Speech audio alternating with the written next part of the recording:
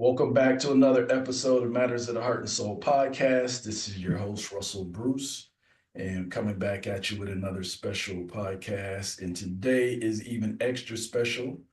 I have one of my homeboys here online, Chef Jarrett Session.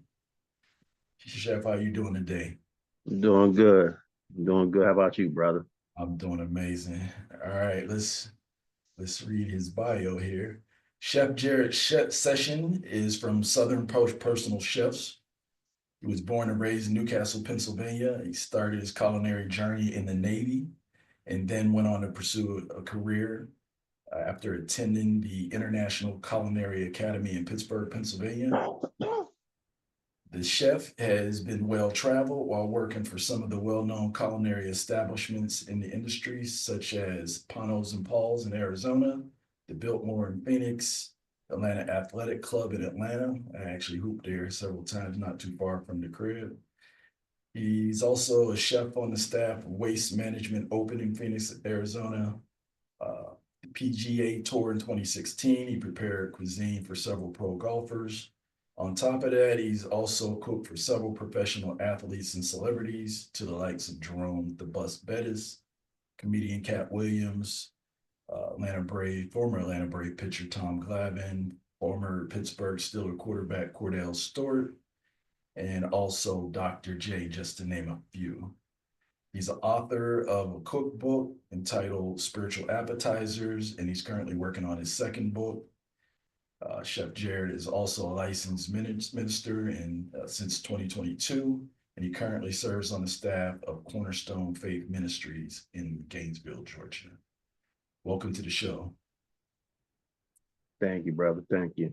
All right. So, on top of that, if someone were to ask you, who is Chef Jarrett? Man, Chef Jerry's is a man who loves food, loves God, loves family, man. Straightforward guy. Just chill out, man. Not a lot of fuss. Just love cooking. Like I said, love God, love family. All those three things, that's it. Simple and plain, man. Born and raised Newcastle, PA, small town. You already know. He's a legend. Y'all don't know him. He's a legend. Don't let him downplay it. Once He's upon a in the time. hall. He's in the hallway. He's in the hallway. Don't let him fool you. He's in the hallway. But so little town. We born and raised there, man. This gritty, grinding, man. Hurricane forever. That's how we grew up, man. We just take that and just bring that into life, man. Bring that into life, man. I remember Nick Rapone, man, and anybody from Newcastle, y'all watching, y'all know who that is. Um, Playing football, man. I wasn't starting, and so went to his office and he gave me this analogy, and I carried it to do me with the whole through all life. I mean, I still use it. Just used it on someone 2 weeks ago. He said, "So, son, I give you two houses to paint, and I tell you to paint the right house yellow and the left one black. But you paint the right house black and the left one yellow. What's the difference?" I said, "I don't know." He said, "The effort's there, but you ain't getting the job done." So I said, "Oh, so in life you got to get the job done. That's all that matters, getting the job done." That's what's up, man. And definitely a shout out to Newcastle, Pennsylvania. Even though I've been in Atlanta for some 34 years now, that's pretty much where I honed all my work ethic. And when you say gritty and grimy, a little blue collar, steel town, and it's produced some amazing individuals. And Definitely some great athletes, man. Malik Hooker, Geno Stone, a lot definitely, of them. definitely.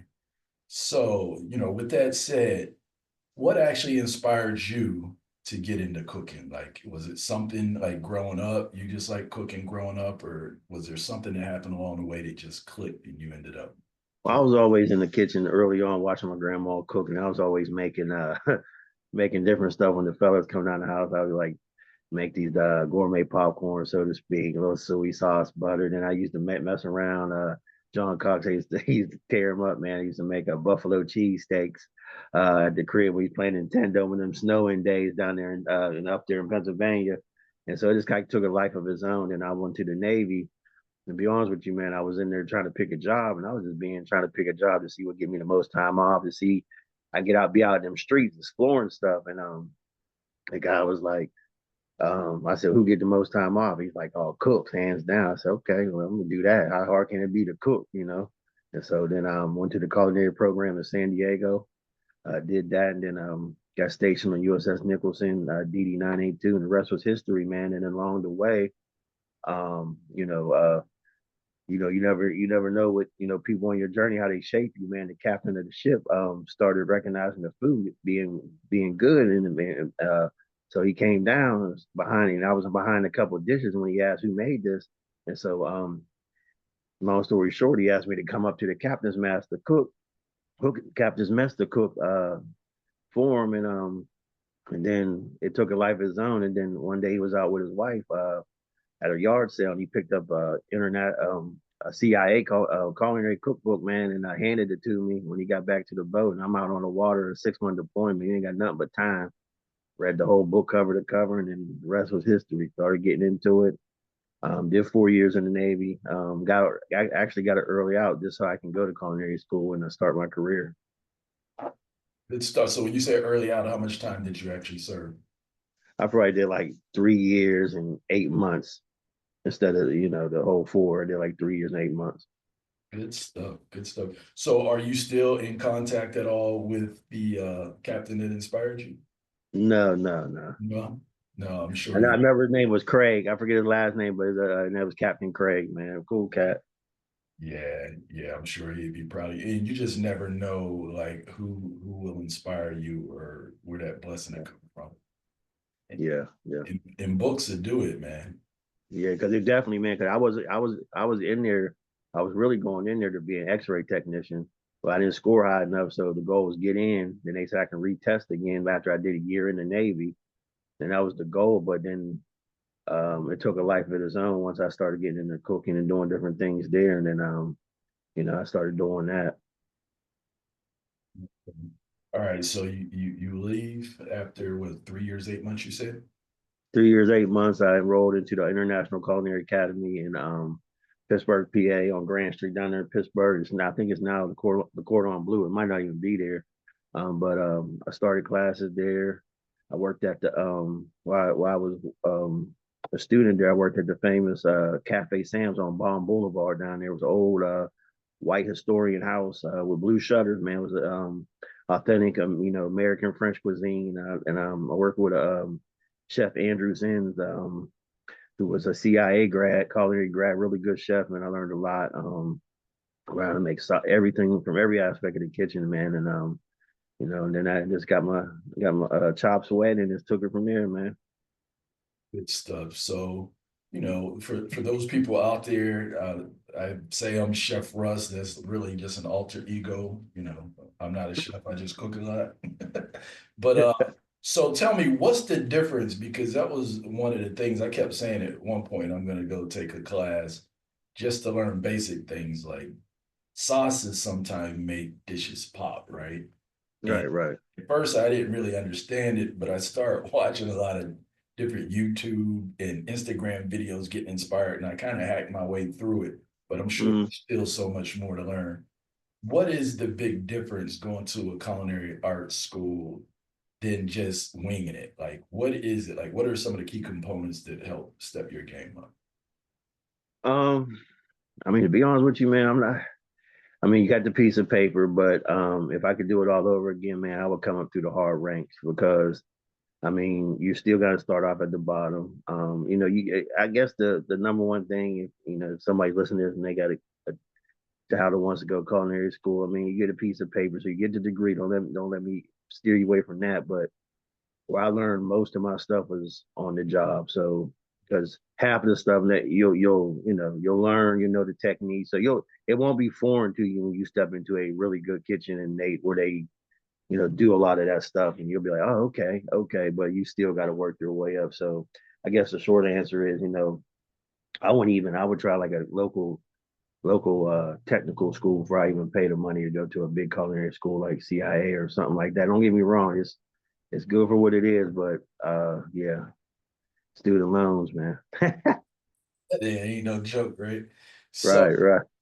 so with that said, how different is it than say just regular corporate America? Like in some aspects, you get the red tape, without the degree, they don't even want to talk to you. So is it similar to that? And then also, is it like beneficial as far as pay scale is concerned to have that Oh, piece? pay scale's low, bro. You gotta love it. You gotta love it, man. You gotta love to do this because there's no, man. I just now I'm 40, 48, man. I just started making money in it. Like when I turned like 38, man. It's like when you get to the running the kitchens and stuff like that. But it's a grind, man. Now pay scale's a little different out here these days because they pay a little bit more, but it's a grind. You gotta love to do it. It's like an artist, man. You just gotta just keep grinding and keeping to them paintings popped, and the right person see it, and you get hooked up, and that's just how it is in the chef game too, man. Just a constant grind, man. The pay's not that great, the hours are not that great. It's totally against what corporate America, man. You got your 9 to 5, and you're in, no, man. It's that's why a reason why I went in, you know, get my own business because it's more of a quality of life, and you can dictate a little bit, so to speak, your work schedule because you're just like 70, 80 hours a week sometimes, depending on your establishment, and you're going hard. You're going hard. Yeah, and I think that is something that's very beneficial is that this particular trade can spill over to self-employment, right? So even myself, not being a licensed or say certified chef, Mm-hmm. and just kind of feeling my way through it, I got pretty good at it, and I think I'm still improving every year. My dishes get a little bit more beautiful and more tastier, right? But I Yeah. was able to monetize it. I did prep meals for a while, and that's how I actually met my wife. I was doing prep meals for her Mm-hmm. weight loss clinic, and that's how we initially met, right? So, you never know how God's gonna bless you with your skills. Right. Right. Also, I created a sauce, actually several sauces, but I did sell my sauce for a minute, and probably gonna pick it back up. I had a food scientist look into my ingredients just to make sure that it was safe shipping it, and they validated it, which is good, man. No, that's So, good. so with that said, so now you're here, you picked up the trade, you did it in the Navy, you did it for several corporations, independent now. Well, like, what are some of your signature dishes?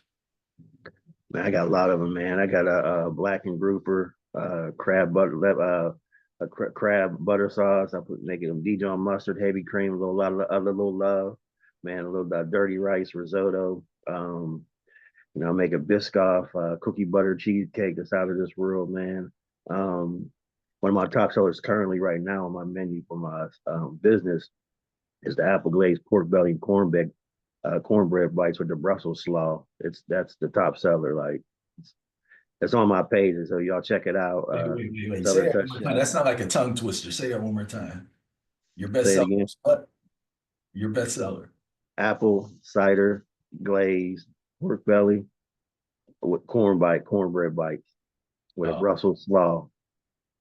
all right. You guys hear that out there. And Yeah. before this is all over, he's gonna share his pages and so forth so you could take a look at what he's talking about.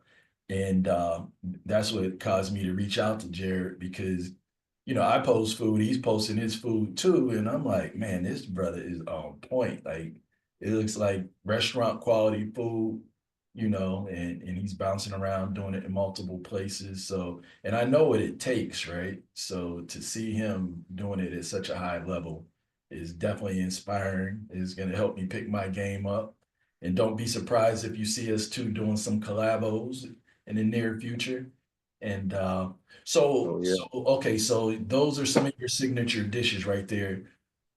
How much of it has been influenced by geography? Like how much of it was influenced by where you grew up, where you currently live, or was it a certain part of the world you had traveled in? Like where did the inspiration for some of your signature dishes come from? I love everything Southern, man. I like everything Southern Cajun, man. Good American cuisine. Newcastle shaped me a little bit. We got some that we ain't got nothing else in Newcastle. We got some good food. So I kind of blend that in. The Italian piece of it, versus the American stuff and the soul food. But yeah, so that it is. When I was in the Navy, I actually, like I said, I started taking off then, and I had a lot. I worked with a lot of Southern cooks, so I got to see a lot of different stuff. a lot of different things, man. And it just so that was the inspiration. Emeril Lagasse was me. It was it for me, man. Growing up, when I was getting in early on in chef, man, I followed Emeril till this day. I still follow him. Obviously he's older, and his son's doing the thing, but that was my man back in the day. Nice. So you would say Emerald is that chef that most inspired you this subject? Yeah, definitely. Emeril Lagasse, man. That good Cajun Creole, Southern cooking, man. Down home, good stuff, man. Elevated to another level. Yeah, Yeah, he actually had a restaurant here for some years, right next to the mall down in Buckhead. yeah, yeah. I remember that. It's a different restaurant now, but I remember Emerald's used to be there. So another chef that has a restaurant here currently in Atlanta that grew up in Atlanta that inspired me was G Garvin. Oh, okay, G God, okay. Yeah, and I seen G Garvin on Turn Up the Heat. He used to be on BET at several other shows. Yeah, TV One. Yeah, Yeah, so it's like, to see a brother out there, cooking it up and he's smooth with it the whole nine. And the ladies seem to love it. So let me ask you a question. So, a lot of people they think, okay, they grew up, they seen their mom and grandma cooking and all this other stuff. But when you go to restaurants, what percentage of restaurant chefs are men versus women? dude, man. I think we're at a good, probably 50-40 type percentage, men versus women. It might even be equal, man. There's a lot of women out here doing it too. Okay. It All used to be right. the it used to be more men than women, but it's probably the gap's definitely closing, man. Okay, that's good. So over the years, I know I would always see predominantly men in the kitchen. Like I know, like Houston's one of the things I used to like about going to Houston's back in the day was Yeah, the kitchen was open, and I'm seeing people back there, flipping the food in the pan or whatever. And I thought that was so dope, right? And one day I was playing around at home and I did it, right? And the thing is, I don't think I ever struggled with it. It was something that just came natural. I don't know if it's because I'm left-handed, like in baseball, like lefties have a yeah, natural curve or whatever. right, So right. I just found it natural to kind of flip the food. But it was men watching men cook and then seeing G Garvin do it, and he made it just look so cool and so dope. And Yeah, from there, I just fell in love with it. And on the health side, right? Today, I probably cook 90% of the meals that I consume, and it's played a major role in my health. Like we talked yeah, about the types of oils, the butters, the yeah. things of that nature. So tell me, we said who inspired you, but let's just kind of roll with that conversation as far as, going out to eat, cooking your own meals. What are the benefits of cooking your own meals? Um, Definitely cheaper. Save you some money, man, and definitely cheaper. It stretches when you got that. You gonna pay like $40 for like a piece of salmon or something, man. You can get 40 bucks if you know how to buy right. You can definitely that's a couple meals for a family of at least two or three, man. So it's definitely cheaper, man. Just from the cost. Then you control what goes in it, the healthy part of it. You can use the good oil, but you don't know what they're using back there. They didn't tell you what they're using. That might not be using it. That might say they're using avocado oil, but they probably got avocado cut with canola to make it go, make it stretch. So, what's the use? So, I guess from a cost perspective and just healthy, you control what goes into your body as opposed to you don't know what they're doing back there. It could be good, but it might just be little things like from the salt, the seasoning to the oil to what they're using that can just trigger your health. And that's true. And I feel like I just recently turned 60. My wife's a family nurse practitioner as well as owning a weight loss clinic, so she keeps me on point. So Yeah, I gain a few pounds, we go to fasting and cutting out things, especially the wine. Um, yeah, oh yeah, I tried to make wine before and actually did a good job at it. But when I seen how much sugar actually goes into it, it was kind of yeah, alarming. And yeah. so kind of got to keep my eye on how much of that I actually consume because sugar could do you in if you don't pay attention. Oh yeah, sugar ain't your friend. Yeah. So tell us some of the projects you're working on or what you're currently working on. Still doing the business, man. Just out here getting partnerships with luxury Airbnb companies. And when you travel, I'm it. I'm the guy you call. So you going to Gatlinburg, you're going to Pigeon Forge, you're going to Blue Ridge, you're going to Helen, Georgia. You want to stay in one of the nice cabins. You don't want you go up there in the mountains and you don't want to go down the mountain. I come to you up to the mountain, and we bring the restaurant to you. So I got that going. Still just trying to gain ground on that, picking up tremendously. Working on a spice. I already have one on market. I'm bringing it back, and then I'm working on another spice called the Touch Spice. That'll probably be out fall this year. Working on that. Working on another book slowly. That'll probably be released next year, but still working on. It's called The Pain Is Necessary for the Assignment. Yeah, so there's a few things, a cookbook and a devotional. That's all my books. I like to do cooking and a devotional together. So it's like inspirational, feed your spirit, man, as well as feed your soul too. Feed your body. Good stuff. So over the years, right? And Mm, you're back in the South, just like myself. My grandparents are from the South. I'm not sure exactly where your grandparents are. I'm sure somewhere along the line they came from the South. mm. Before the Great Migration, they started getting pushed further north. Um, what was I going to say? I forgot my thought on that one, but we'll come back to it. So, all right. So right now you're doing a lot of individual stuff. You're doing parties, you're doing Airbnb events, like Yeah, a lot of catering events. so are you currently working with any restaurants or any corporate structures?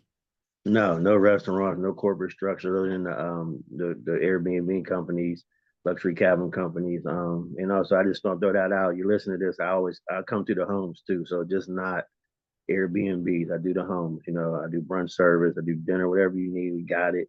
We kind of specialize in 50 or below, and that kind of locks us into a really unique service, concentrating on the details, and kind of honing in on good quality food. Not saying that you can't do that with large amount of catering, but you can hone in on some different stuff and have some different presentations that you can't when you have a large volume of people. So and That's what we do, man. So my thought came back to me. So I was talking about your the name of your company is dealing with Southern food, right? So Mm, and the fact that we came from the South. A lot of people don't really realize that most of the American cuisine is Southern food, mm, which is yeah, one of our ancestors. So at the root of the American diet is our people's food. right, Don't get it twisted. The collard greens, the right, hams, the mac and cheese, right. The black eyed peas, yep, fried cornbread. chicken, all that. So when I see some of these people out there now, some of these European descent people coming in, they're kind of hijacking it and they'll change the name and they'll say Southern food or whatever, but it's really our ancestors' food from the South, Yeah, right? yeah, yeah, And you're talking about your books that are coming up, and historically, we referred to soul food as, the fried chicken, the mac and cheese, those type of things that you eat on, say, yeah. Thanksgiving, Christmas, and you end up going into Mhm. a coma and having to go to sleep for a minute. Yeah, yeah, So, and then now you hear people talking, about eating a little bit more healthy, get more fruits and vegetables into the diet, more electric foods that really are better for the soul. So I'm not sure if you touch on that at all in your book about soul food or like when you're talking about food for the spirit. yeah. No, I'll touch on really the healthy aspect of it. But yeah, it's definitely I've seen a shift in even some of these southern chefs. Like you watch the restaurant out there in Savannah, the Gray. A lot of some of these they have more healthier options on the menu now more than ever because people are conscious. So you got to have the vegan, you got to have the vegetarian diet, so the pescatarian. So you got to be ready for whatever. And I get that a lot actually. Um, Just got a call yesterday, and I'm working on a vegan menu for I have 10 people, but 3 of them are vegan, so 7 people get the regular menu. Then I got to do a whole nother menu for the vegan. So you got to be well versed or know what you're doing, even in that aspect, because you get a lot of I get a lot of customers wanting different stuff, vegan or whatever. So what are some of the vegan dishes that you would offer? Man, I'm just so I do a lot of things with mushrooms. One of the things I do right now is I take a enoki mushroom, fry them up, um, I batter them with coconut oil, almond flour, a little seasoning. Then I use honey, like making like a natural hot play on there. I do that. I do crab cakes with hearts of palm. Um, instead of the it's traditional stuff, but I just use hearts of palm, vegan mayonnaise. I used Old Bay, lemon juice. So it's just, you just got to get creative. It's just switch out a couple of ingredients. It actually tastes okay. I mean, So let me ask you a question. So is this something you learn in culinary school, or is this just something trial and error that you're learning as you? this actually just reading books, man, and just seeing stuff over the years people do, and watching, social media over the years and gaining. That's where I get my ideas from because I was totally not, cooking vegan, and we did, vegetarian, vegan, whatever, doing that stuff. Like the restaurants, back when I was in them, we were catering to them, but not like they are now.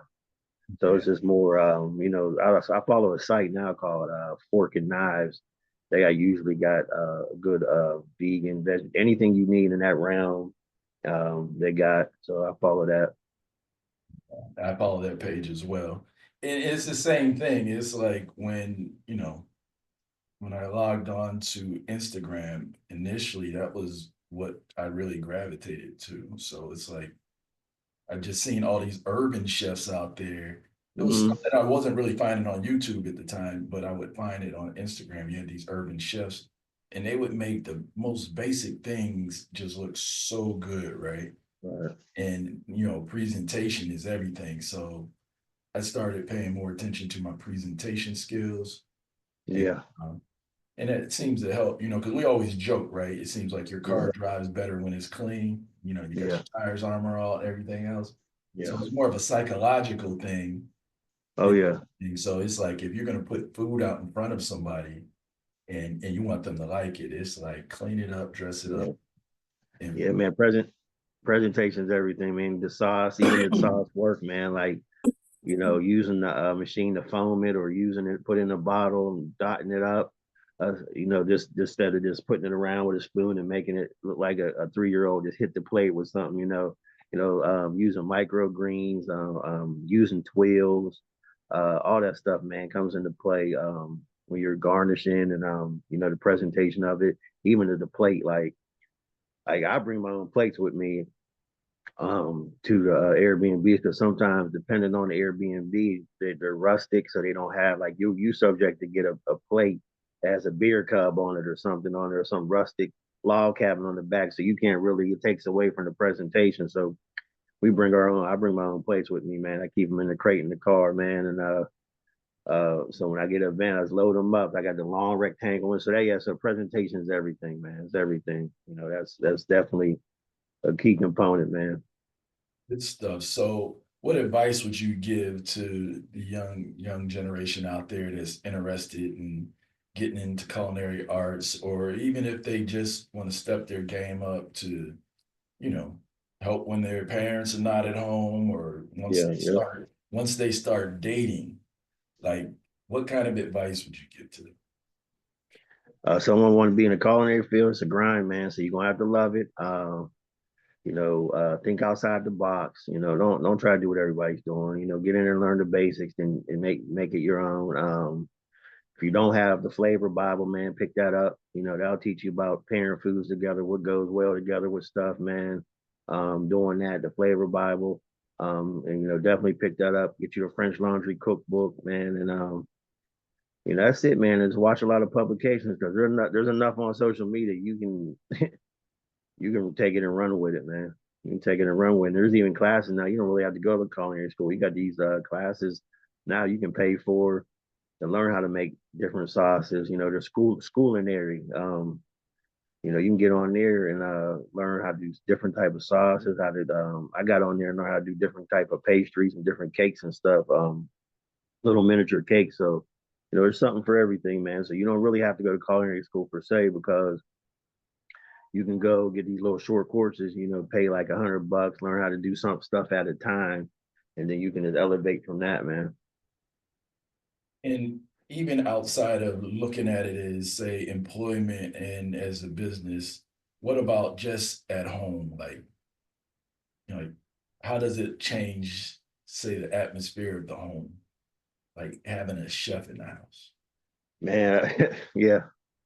My wife come home, man. She likes it. You know, you gain weight either way if it's a woman or a man. Whoever's cooking for you, whoever you both you both gaining weight because you cooking that good stuff. So yeah. So from that perspective, yeah, it's good and bad because you gonna put it on. You're gonna put it on, even if you're doing, you know, yeah, you're gonna put it on. You're gonna put it on. Or the other part of it is you just do the healthy route, but it's just you're gonna have good food, man. And again, it's your personal touch on it versus going to a restaurant. You like I said, you don't know what they're using, what lemon pepper they're using. If you're making your own lemon pepper, well, with lemon, grated lemon and sea salt or whatever, and ground pepper yourself, as opposed to just using that dollar store stuff and it's sprinkled on. They can tell you what it is, but it ain't, So again, man, there's a lot of advantages to having it cooking. And also the other advantage of it, throwing parties. Like my wife wanted to have a birthday party. We want to do event like nah, we cooking at the crib, man. We bringing them all over here. I go cook for people all the time. We about to go set up shop, get a couple 6-foot tables, line them up. We gonna do that here There you and go. save ourselves $700. And in most 90% of the time, it probably tastes way better, right? Yeah, yeah. Good stuff, man. So tell us a little bit about your cookbook. My cookbook I have out now is Spiritual Appetizers, a devotional slash cookbook, man. It's been out for about a couple years, but it's still selling here and there, man. Just a cookbook of inspiration and some of my best recipes, some of my top recipes, and just it just like feeds your soul spiritually, and then if you make the recipes, it feeds your belly, man. So that I got inspired by just writing obviously being in ministry, writing sermons and just being shorting up sermons and just putting them on paper and it's like posting them on Facebook and just helping people out, reading, give some inspiration throughout the week, man. I try to post 2 or 3 times a week on my page, Spiritual Appetizers. And that's how I was really born, just doing, just writing little small sermons, man. I didn't know at the time this was where I was even in ministry, just writing inspirational stuff, and then kind of took a life of its own. Good stuff. So where can they purchase the book? You got Amazon, you got Barnes and Nobles, all the major platforms. So you can get off of Doran's Publishing. I think it's still on there. So yeah, yeah, Good stuff. And once again, you say you're working on a second one that's going to be coming out in 2026. yeah. Somewhere in there, yeah. The pain is necessary, man. Like how we got to go through something, man, to get through something. To get through something, man. It's not. It's not. You have to. It's like it's mandatory. And I think a lot of people, if they realize it, they don't realize it. I think a lot of people more so think that they're probably a couple seconds away from their dream if they hold on, man. And your breakthrough is around the corner, man. And then you got to just endure and go through, man. And that's the thing. If you read the Bible, spiritual, anything, you're listening to this, it's about holding on, believing, having the faith, getting through. Every story in the Bible is about someone enduring. And notice when they're enduring, they usually get the blessing after they endured. It's not the other way around. It's like I'm not going to go through. It says we will have trouble in this life, and you just have to manage it. Good word, bro. Good word. Also, where can they find you? Where can they find you? What's your social media pages? Man, you can find me on Southern Touch Chefs, man, on Instagram. You can find me on Facebook. Typing in Southern Touch Chefs, man. It's a very the logo is very unique. It's a mason jar T, which means hospitality. in the South, and so that's why the logo is like that because it's hospitality. So it's very distinct. So you see a glass of tea tilted, the mason jar, the leaf out of it, some ice, and it's a Southern touch on it. That's me, man. You can find me all day long. So on Instagram, Facebook, TikTok, I'm even on there. So you can find me. Okay, and if somebody wanted to book you, are you only in certain geographical areas? Are you traveling? No, man, I go, well, yeah, in the Southwest region, I travel to Gatlinburg, Cedarville, Blue Ridge, Helen, all surrounding parts, Dawsonville. I even go to Destin, Florida, a lot and do parties down there. So I travel. It just depends, but I definitely travel, man. I say within a 6 hour range or less, I travel. Yeah, we're gonna have to work on doing us a little pop-up here in Atlanta, do a little collabo, Definitely, man. We got to, bro. We do, got to. do it for the hometown. Yeah, All yeah. right, so on Matters of the Heart and Soul podcast, we like to ask our guests this thing here. So at this present time, what is the matter of your heart? It could be, Mm. it doesn't have to be related to food or anything. What is the matter of your heart? Man, the matter of heart right now, man, is trusting God, man. That's it. Trusting God, because right now, life's a little different from me. I'm not gonna get into my personal, but life's different, and you just gotta trust God. So that's the matter of the heart. Keep persevering and keep getting through, man, because it's coming. The breakthrough's coming. Whatever you dream for is coming. But the important thing, though, you got to work the plan too. A lot of people get complacent. You got to be consistent, man. I can tell you how many hours I spent on just looking at different businesses, writing things down and studying different people before I even started a business, man. It's about being consistent. Most people don't they fail in business or don't get started because they fail to be consistent, man. And if you're inconsistent employee, you're going to be an inconsistent business owner as well.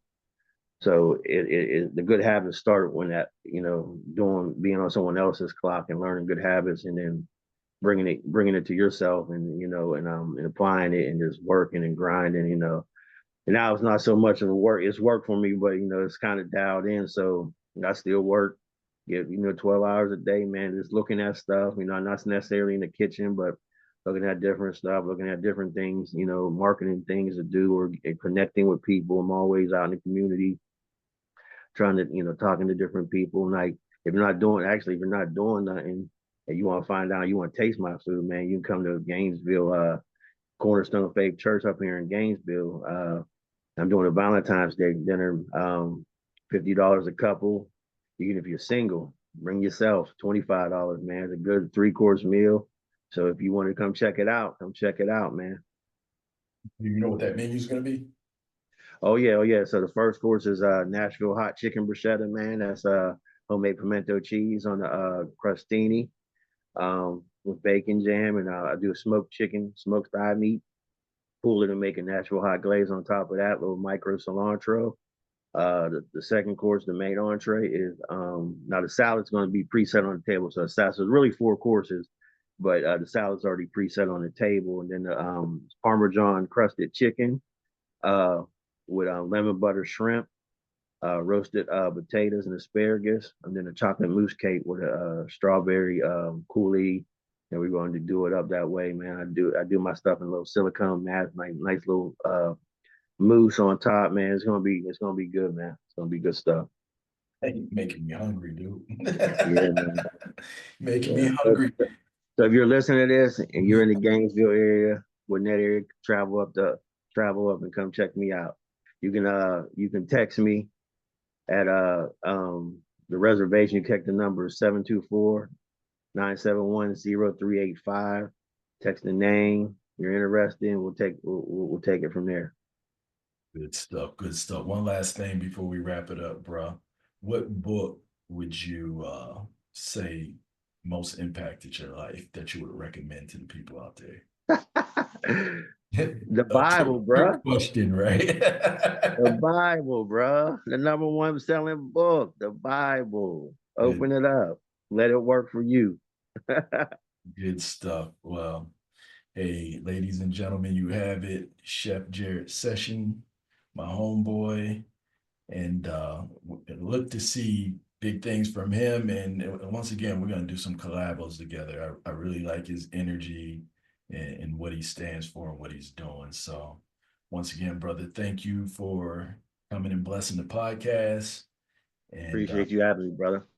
anytime, man. And whenever you're ready to come back, drop your book or just want to chop it up, man, I'm here. All right.